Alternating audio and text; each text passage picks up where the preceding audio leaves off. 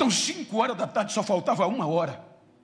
Muitos eram tirados pelo sistema e jogados na vala comum, enterrado como indigente. Acabava a história. Agora estava um ladrão, um malfeitor, estavam 2 criminosos. E o principal, na ótica da lei e da sociedade, estava no meio.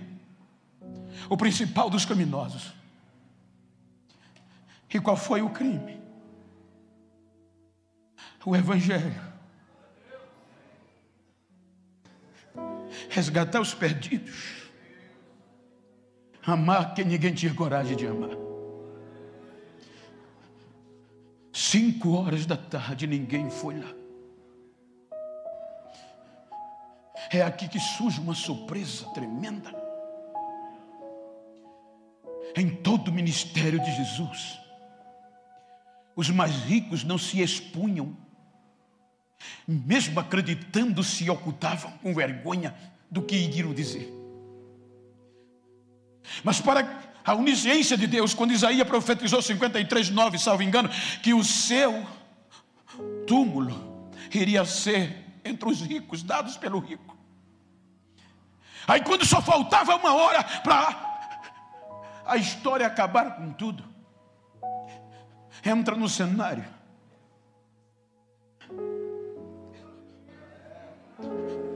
surpreendendo a religião e Pilatos, um homem chamado José, oriundo de Arimateia. Por que surpresa? Porque o contexto histórico diz que ele era rico, senador, era membro do mais alto nível da magistratura dos judeus, o Sinédrio. Então ele agora se expõe e vai a Pilatos e diz: me dá o corpo dele. Enquanto os irmãos, a família e os discípulos não tiveram coragem de se expor, aparece um homem do alto escalão da magistratura e se expõe: deixa eu tirar o corpo dele da cruz. Pilatos é surpreendido, manda certificar que ele já havia morrido e dá ordem para José tirá-lo do túmulo, da cruz. A outra surpresa, Nicodemos. Nicodemos não era um qualquer. Ele fazia parte do contexto teológico da lei. Era mestre. Esses 2 homens aparecem do nada na história, se expondo e investindo muito valor no projeto missão. Enquanto muitas vezes a gente tem a história, sabe que ele está vivo, e a gente geralmente desiste na maioria da dificuldade, esses 2 homens importantes pegam tudo que tem para investir em um cadáver.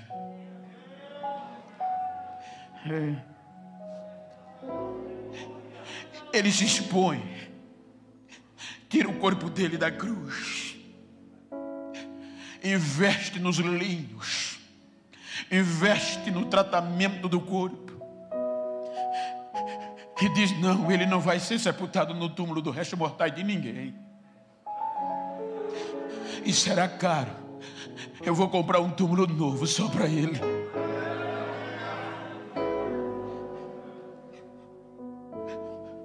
Os discípulos não aparecem. José e Nicodemos sepultam Jesus e a pedra é rolada. Enquanto a religião, os sacerdotes vibravam e diziam: o plano deu certo. Mas lembra que ele disse que ia ressuscitar? Vamos fazer o seguinte: não pode deixar o túmulo exposto. Vamos pedir ordem ao governador para botar uma escolta lá. E não era uma escolta qualquer, eram peritos. E colocaram lá, lacraram com um lacre imperial. Os irmãos vão de convir que na lei há um crime, com a Polícia Federal chegou, que se ela cercar, lacrar com aquela fita, quem violar vai sofrer as sanções da lei. Então o lacre do imperador era pior do que isso. E a escolta estava lá 24 horas. Mas na manhã do 3º dia, A vergonha já estava garantida, o plano parecia que tinha dado certo. Aqueles mais próximos tinham desistido. Os mais íntimos voltaram para casa e disseram: não valeu a pena. Terceiro dia, as mulheres vão lá não com o objetivo de o cultuar, de vê-lo vivo, mas vão lá para colocar perfume no seu corpo, para não deteriorar-se tão rápido. Mas quando chegam lá, os anjos dizem: a gente sabe quem é que vocês estão procurando, mas ele já não está mais aqui. Ele já ressuscitou. Vá e diga aos seus irmãos que ele vai adiante de vocês para a Galileia. Não perdam tempo, vão.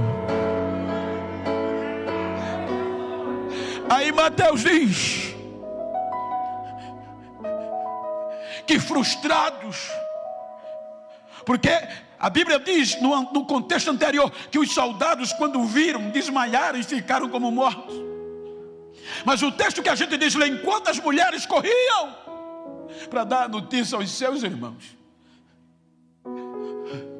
os soldados, alguns deles levantaram e correram. Veja que os soldados não foram procurar Pilatos. Os soldados não foram procurar o seu quartel. Foram procurar os sacerdotes, os chefes dos sacerdotes. Não foi o diácono, não foi o presbítero, foi os chefes dos sacerdotes. E contaram o que viram. E eles se assustaram e disseram: agora vai ser pior. Vamos fazer o seguinte: nós vamos dar uma quantia muito grande de dinheiro a vocês, e vocês vão divulgar que é mentira, que os discípulos dele vieram enquanto vocês cochilavam. O contexto está aqui, porque era inconcebível um soldado, um perito, um soldado romano cochilar. A cabeça estava a prêmio se eles dormissem em serviço. Aí por isso que eles dizem: se o governador souber que dessa conversa, a gente vai lá e persuade ele, e não nada vai acontecer a vocês. Pegaram um monte de dinheiro, deram aos soldados, e eles espalharam que a ressurreição de Cristo era uma mentira. Os discípulos roubaram o corpo dele, e nós lemos, e isso foi o que se espalhou nos judeus. E o pior, a cidade naquela época era Páscoa, tinha pessoas de toda parte do mundo dentro de Jerusalém. Enquanto eles divulgavam que era mentira, Jesus podia aparecer no templo vivo de novo, mas não. A preocupação dele agora é mostrar para nós a maior mensagem de missões. Enquanto a religião divulgava que ele continuava morto e ele não tinha ressuscitado, ele vai recuperar os feridos, os missionários feridos. Nós, seres humanos, eu costumo dizer isso. Nós às vezes falamos, pregamos missões, amor, mas às vezes a gente se equivoca. Às vezes a gente está preocupado em ganhar quem está tão longe e está perdendo quem está perto. Porque você sabe, eu sei que não é fácil permanecer na fé.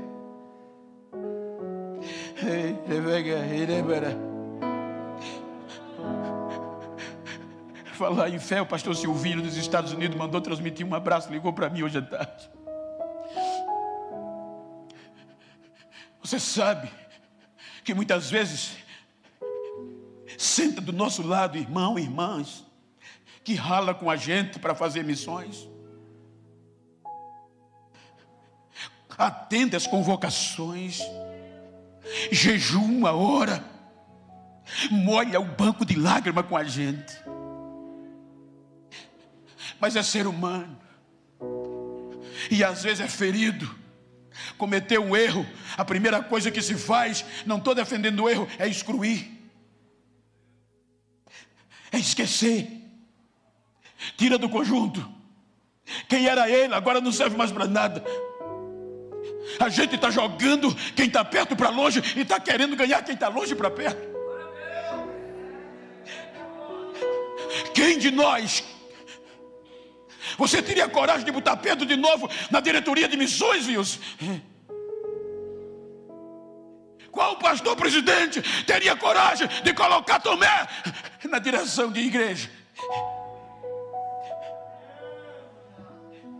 Quem de nós teria coragem de ir buscar os discípulos de Emaús? A gente ia dizer: são covardes, desistiram. Mas Jesus vai atrás de um por um, gente. Senhor, Pedro disse que não é mais crente. Tem problema não, eu vou buscá-lo.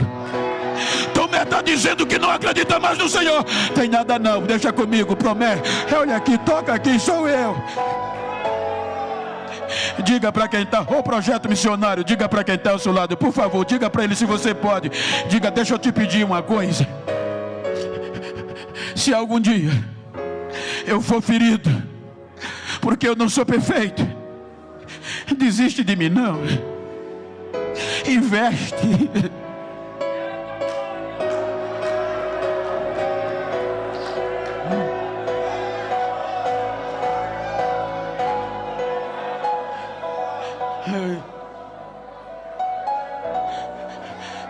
Eu já contei isso. E só que eu estou falando de missões. E a gente, missões é amar ao perdido. Eu tenho um amigo que é sargento dos Estados Unidos.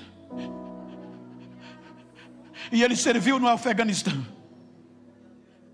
E ele me contou uma história que eu amo. Ele disse: Bento, nós somos treinados como os militares para não desistir um do outro. Nós somos preparados para dar a nossa vida em prol do outro. Ele disse: às vezes, se a gente perceber que uma bala, um cartucho, um fuzil, um projétil vai atingir o nosso amigo, o nosso companheiro de batalha, a gente tem a função de se pôr na frente. Mas às vezes a gente não vê, e a bala atinge o companheiro, o braço vai embora, às vezes as pernas. E a razão do treinamento diz: não vale mais para nada, não serve mais para guerra.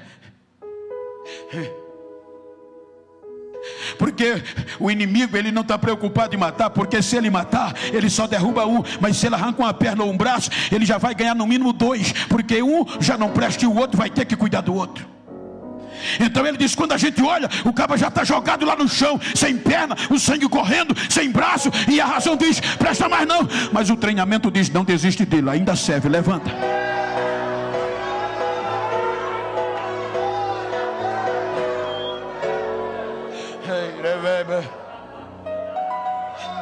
Ele vai atrás de um por um, gente. Só não se restaura o que morreu porque quis morrer. Ficar em Jerusalém até que do alto.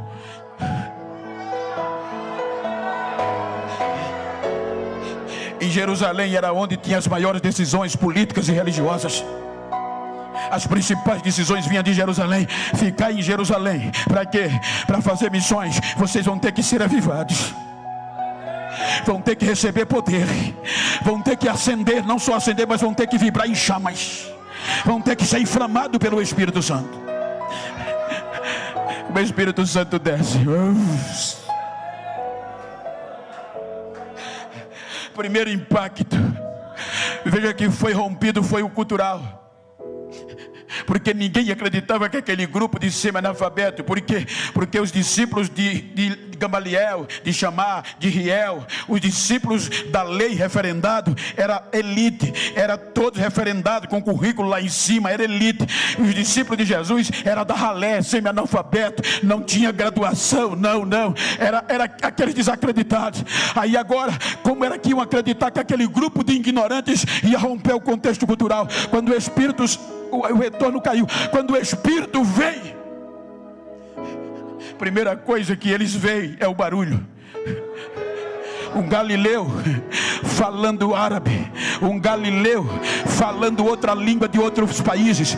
Tinha cerca de 17 nações em Jerusalém no dia do Pentecostes. Aí disseram: o que está acontecendo? Não são eles galileus, indoutos, ignorantes, como nós estamos ouvindo eles falarem na língua do nosso próprio país.